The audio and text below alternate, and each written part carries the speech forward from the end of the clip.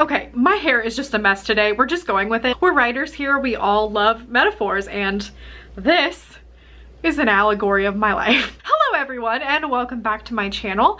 I'm going to be talking about my goals and also my Camp NaNoWriMo angst. At the beginning of the year, I set 11 goals for myself to accomplish, and only 2 of those were writing goals. I did that kind of on purpose because at the end of the year I was feeling very burnt out. I accomplished a butt ton of stuff in 2019 and I was just dead by the end of the year. Also, this year has been terrible for like my health, so I'm really glad I set such small goals. But those goals were that I was going to draft a new project and start revisions on that new project. I ain't done that yet. Mainly because I've just been so burnt out that I've just been working on a shelved novel.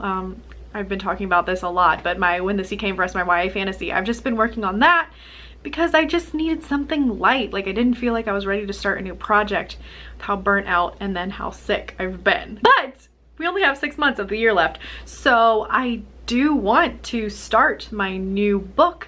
It is going to be another middle grade novel, another middle grade kind of spooky fantasy novel, and I do want to start that. And if I could write the whole first draft and then start revisions, I would be thrilled. So I'm going to talk a little bit more about this when I get into the Camp Nano part of the video, but I do want to go over the rest of my goals because I did have a lot of reading goals, and I know this isn't a booktube channel, but I do have a lot of people on here who do like my bookish content. So real quickly, I'm going to go over those goals. So I wanted to reread 10 books. I have only read 2 of the 10 so far. I'm not really worried about this though, because I am gonna do like a Harry Potter reread, which I know it isn't timely at all, but I do reread those every year. So I usually do it in the summer, so I'll probably reread it in a couple weeks. And yeah, we're just not going to talk about it because like me and Jake are rolling in a fight. Reading goal number 2 was to read all of the books on my physical TBR at the beginning of the year. I had 12. I had 12 on there, and I actually did it. I just accomplished it this month on the 9th. I finished the last book on my TBR.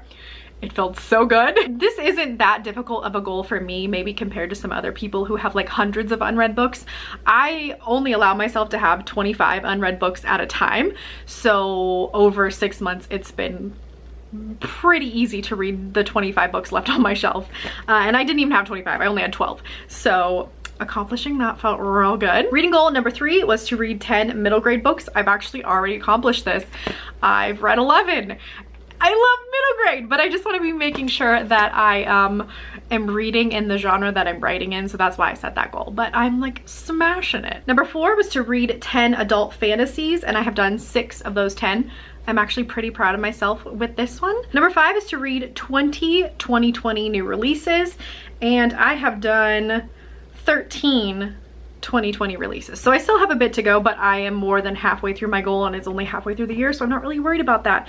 But again, I made myself this goal because I do think it's important to be reading new books that are coming out so you know the market, and especially in your own genre, you know what's selling. My next goal was to read 85 books total. I'm gonna smash this. Like, I think I'm gonna hit over 100 books this year. That has just been possible for me this year because the girl's been sick, and all I can do when I'm ill is sit in a chair and stare into darkness. So audiobooks work perfect for that. Honestly, if it weren't for audiobooks, like I wouldn't be reading like at all. And my last reading goal was that I wanted to read all the books on my Goodreads TBR added in 2017 or earlier, and I've actually accomplished this goal.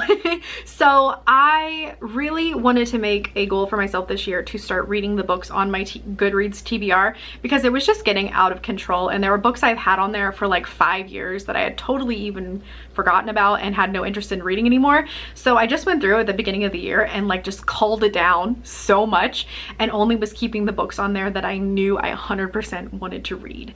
And so I made the goal that if I had added the book 3 years prior or earlier, I needed to get to it or it needed to go. I think I had 12 on there, and I've read all 12. So I'm really proud of myself for that. And I think I'm gonna keep this goal going every year. So next year I'm gonna read all of the books that I added in 2018. So let's switch back over to writing and talk a little bit about my Camp Nano dilemma. I don't know what project I want to work on. And I'm really struggling because my heart is going one way and my mind is going the other way. You guys know I've slowly been working on those revisions for When the Sea Came for Us, and like, it's a shelved book. Like, it's not gonna go back out in the query trenches. I pretty much decided that right now. But I have revisions from agents that are like, do this and it'll be great. And I totally agree with them on those revisions. And I want to do those revisions and just make the book the best I can for me, because I wrote it for me and it's the book of my heart. And I want it to be complete and beautiful and finished, and like, I just love it and it deserves that and I deserve that. So like, I want to keep working on it. But the thing is, I am only like in the first chapter of that revision, and it's a pretty substantial revision what I'm doing to this book. And I know with, you know, my illness and how I'm working right now, that it's probably going to take me at the very least 6 months to finish this revision. And I'm just like realizing that that's going to take me through the end of the year. And if I work on When the Sea Came for Us, I'm not going to be able to draft this new book. And the new book that I could be drafting, which I've talked about a couple times, I'm kind of tentatively calling it the Odd Book for now. It's a middle grade spooky fantasy, and I think it would complement the Glass Witch really well if I was able to one day sell the Glass Witch and the publisher wanted to buy them in pairs or wanted to look at my options. I think that the Odd Book would work really well because they're similar and publishers like that. And my brain is telling me it is so much smarter to work on the Odd Book because that is a career book. Like, that book has the potential to, you know, help or even start my career if the Glass Witch doesn't work out. That one is marketable. Like, I feel like that one could really do something. And so career-wise, I should be focusing on that book. But having an unfinished draft of When the Sea Came for Us that I've already started, I'm already in the first act, is going to bother the crap out of me. Like, leaving something unfinished is not something that is encoded in my DNA. Like, I just can't. It'll needle its way under my skin and buzz like bees. Ooh. I'm so conflicted and I'm so stressed. And like, in my heart, I know what the right answer is. I know it's to work on the Odd Book. I know that's the smartest thing and I need to do it. But like, putting When the Sea Came for Us down is gonna take a lot of willpower. So, hi, I'm making this video and I'm just spurting off everything that's in my head. I have no conclusion here. Basically, I guess I'm wanting you guys to scream at me and tell me like, yes, you do need to work on the Odd Book. This has been a mess. I'm a mess.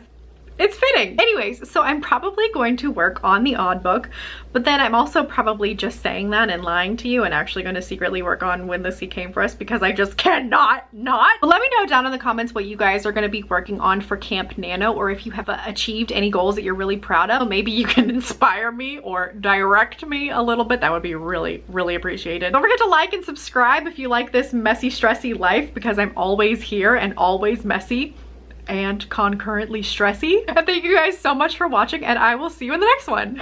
Bye.